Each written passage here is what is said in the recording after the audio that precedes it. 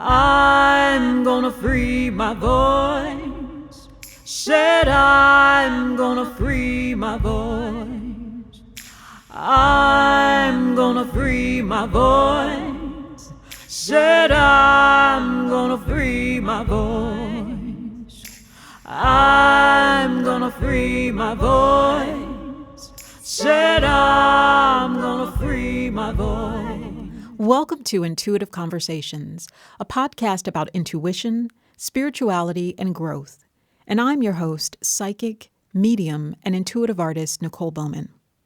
I want to thank you all so much for being a part of the show today and for sharing your light with me. If you are brand new, welcome. And if you have been listening before, welcome back.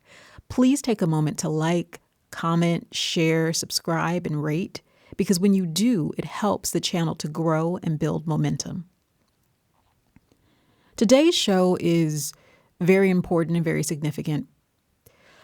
I want to talk about this because we're at the end of a year. We're in December of 2025. This year has flown by in some ways, and in other ways, it feels like it has been a decade. I want to talk about somebody very significant and important. It's actually someone I never really met in person. Her name was Holly. More specifically, Holly Butcher. Holly was from Australia. She was vibrant. She was full of life. She was a beautiful woman inside and out. And she was very loved by so many people. A number of years ago, Holly was diagnosed with a rare form of cancer called Ewing sarcoma. This is a form of cancer that affects children, and it affects young adults. It's highly aggressive and it's very, very difficult to treat.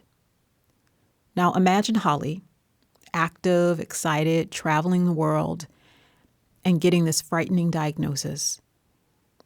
She was a woman that was so full of life. She wanted to live. She had so many dreams. But here she was with this diagnosis. And what was she to do? So she rolled up her sleeves. She went through treatment, and she fought. She fought as hard as she could for her life. She fought as hard as she could for her dignity. And she knew she was loved, and she knew she was blessed, and she was grateful for each and every passing day. As we were getting into the new year, she decided to write a letter. She wanted to write down some life lessons that she could share with everyone. Just her thoughts on life because she was dealing with mortality. She wrote the letter and she uploaded it to her Facebook. To the surprise of her family and friends and people who loved her, the letter went viral. It was shared thousands of times over. And shortly after she uploaded that letter, Holly passed away. She crossed over to the spirit world. That was in 2018. I remember coming upon her letter, and I know it was synchronicity because I was at a point in my life where I was questioning if I even wanted to be here at all. Life was difficult, it was really hard, and I was confused. I was confused about everything around me, and I was kind of giving up. And I know that Spirit put her on my path and put her letter on my path to tell me to keep going. So I've sort of made it a tradition. Every December, I will read Holly's letter again, and I'll look for something new to take from it. And let me tell you, she never, ever disappoints. Now, I'm not going to read the letter in its entirety on this podcast. You can actually go to her Facebook page, and you can go to some websites that I've linked below where you can read it in its entirety. But I am going to paraphrase a little bit because I just read her letter a few days ago, and there was a very important message, I think, for me, but for all of us. In 2018, Holly wrote about social media. She wrote about how we can pore over pictures and musings and messages from other people and sometimes feel bad about ourselves in our own lives. And her piece of guidance and advice was, if there is a picture, if there is a page, if there is something that you are viewing with your eyes that is making you feel horrible about yourself, delete it. Delete, unfollow, remove. And I really took that to heart because with everything that is happening in the world, these changing landscapes, this spiritual awakening that we're having, it is so important now more than ever for our energy to be strong, for our energy to be vibrant. And that's what Holly taught me. So I made a decision to deactivate and delete some of my social media pages simply because I knew and understood it wasn't serving me anymore. And I knew and understood that if I was going to be in this life and I was going to be full of joy and laughter and walking the way Spirit wanted me to, I needed to fill myself with positive things. Now, that doesn't mean that I don't watch the news. It doesn't mean I'm not abreast of what's going on in the world. I most definitely am. And I think we all need to be grounded and aware of what is going on.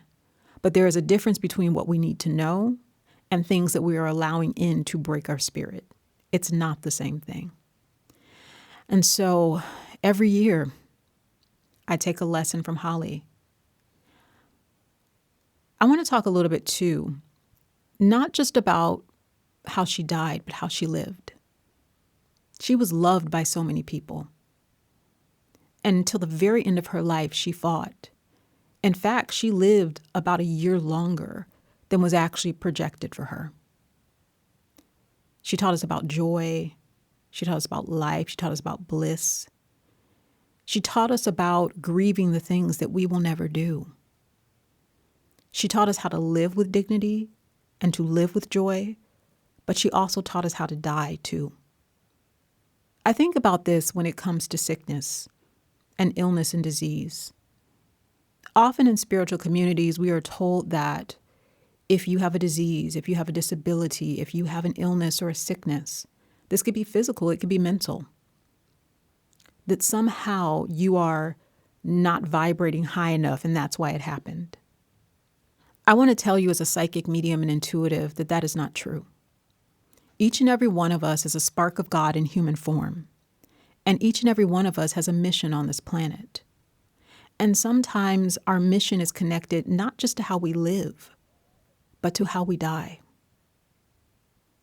In Holly's passing, there were so many people who grew and evolved spiritually around her.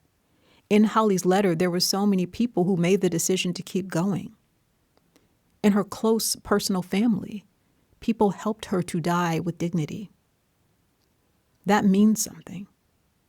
And what I think about her is, in spite of all of the pain and the wreckage and the havoc that happened to her physical body, she moved through it with as much grace as she could muster and give. And that is a spiritual lesson in and of itself. We are here in this planet for only a short period of time. There is the birth experience, there is the life, and there is the death experience. And then we go on to the other realm to explore, to laugh, to love, and to learn some more and learn again. She taught us that. And she taught us in this short period of time to make the most of what you have. That is her legacy. It may not be children. It may not be a huge family of grandkids, but her words live on. And so I invite you to consider, what is your legacy? And what are you going to bring into the new year? But also, what will you leave behind? I hope this podcast has helped you. I'm going to link Holly's letter below. She's also really, really funny, really, really funny. And I invite you to not only read her letter, but to share it. Share it with someone you care about. Share it with someone who might be giving up, and strive and encourage them to keep going. For readings and more, you can find me at NicoleBowman.biz.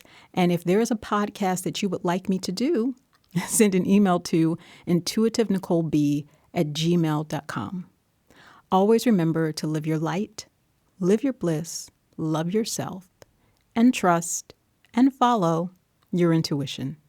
Ashe. Free my voice, free my voice, free my voice.